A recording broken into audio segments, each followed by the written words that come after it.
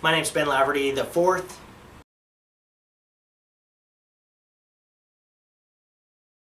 I was born in Orange, California, Orange County, and Orange Hospital. So I'm born in Southern California, but my first memories are from Belridge, California, which is here in the San Joaquin Valley. And then I spent until 12 growing up in Idaho.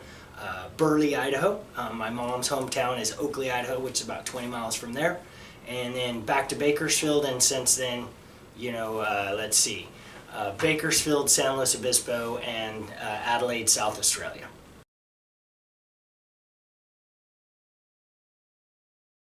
What I did before safety training was be an elementary school teacher for 6 years.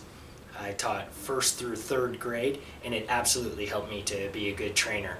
Same kind of mentality, right? Same kind of mentality, break it down to the straightforward basic points is in my mind, is the best way to do safety training. Break it down to the easiest, digestible moments.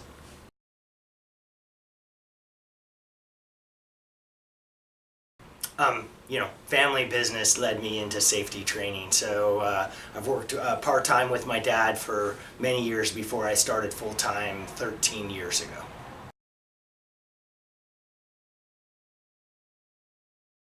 Well, I'll tell you, one of my weaknesses as a safety trainer is I'm not that funny of a guy.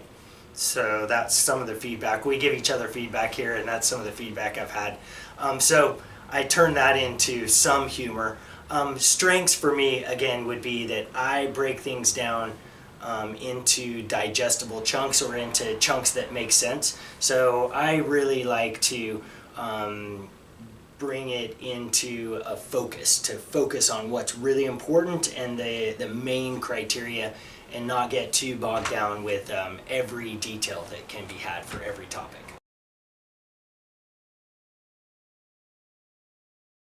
I study a lot. I spend a lot of time studying. Doing this video is a great benefit to me. I get to see myself, hear what I sound like.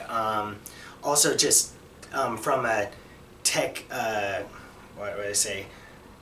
from the standpoint of knowledge, there's no way you can know enough, but with the technology coming and having Google make information so accessible, for me as a safety trainer now, I really spend a lot of time trying to solve problems that are come up in the safety world. And so I feel like that the information now is so accessible that now what people really rely on is more of how do we solve problems.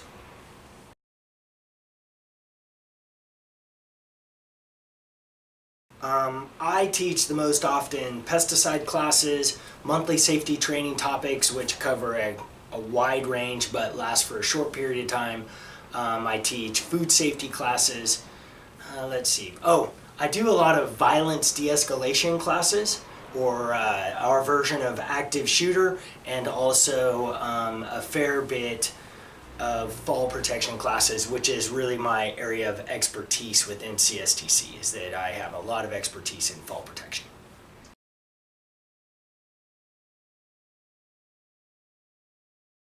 I don't know that I have a favorite class to teach.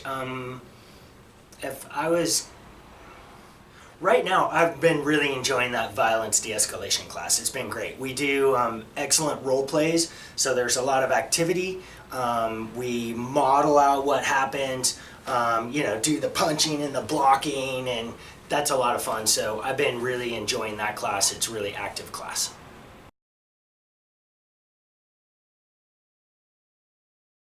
I was doing a quad class, or OHV class, off-highway vehicle class, and I will never forget that the gentleman got onto the moto, or the quad, and clearly stated that he didn't have a lot of experience.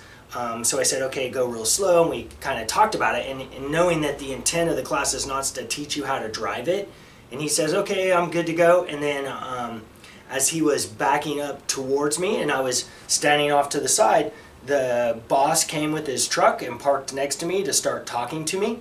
And he got out of the driver's side, and as the moto was coming back, he ran straight into the boss's car. So I will never forget that. And I added to my practical classes then that if they did not have experience driving, I wouldn't do a driving evaluation with them without having just tons of space around. Anyway, I'll never forget the guy backing his moto into the boss's truck.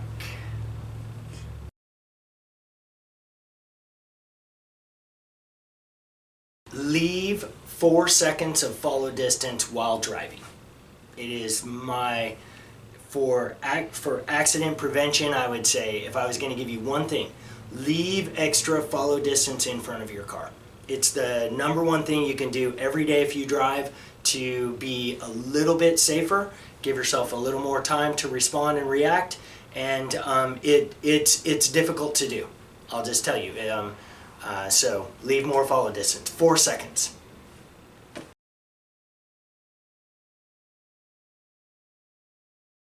Advice I would give clients is to show that they care about their people by doing training and encouraging them to be not just safe in the workplace. I would make that a part of an assumption. In other words, that no matter what work we were doing, it needs to be done safely. And I would add, show you care by encouraging your employees to be healthy. I'm really into a whole person viewpoint for employers, and as an employer here, I really like to look at it as, hey, we're all in this together. We're all going through this time together. So being healthy mentally, physically, spiritually, and then being safe every day, I think that's part of the whole package. And I think sometimes we get focused on just doing the work. Like, let's really care about our people, encourage them, hey, have great habits, encourage them to be healthy people. And I think that leads to safer workplace, happier employees, happier employers, just a better world, right? Have a better world by doing those kinds of things, little things like that that show you care.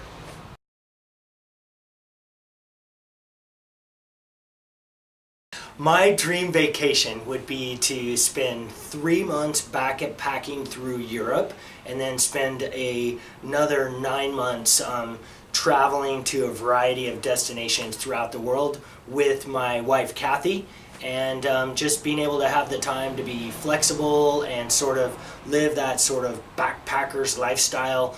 In Australia, when I lived there, they did a lot of like gap year kind of things where they would go on a walkabout, and I would love to go on a year-long walkabout as the ultimate vacation or holiday. So that's probably what I would do.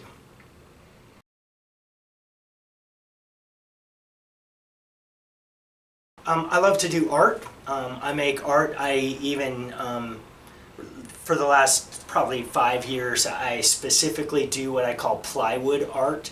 And I take old pieces of plywood that are sized up, and I use the grains of the plywood and add color and shape to it and sand it, smooth it, add texture where I want to, and make art by using plywood. And not very many people know that I make plywood art. I have plywood art sitting over the top of my bed, and I have several different pieces. It takes me a long time to do it because I tend to not, go spend a lot of time every day. It tends to be one of those things where I'll go, okay, today I'm going to spend 2 or 3 hours on it. I'll get inspired and I'll just spend that time. So the first piece I made, I would say probably took me about 300 hours. It was a lot of detail, and I just worked on it a lot over the course of like 10 years.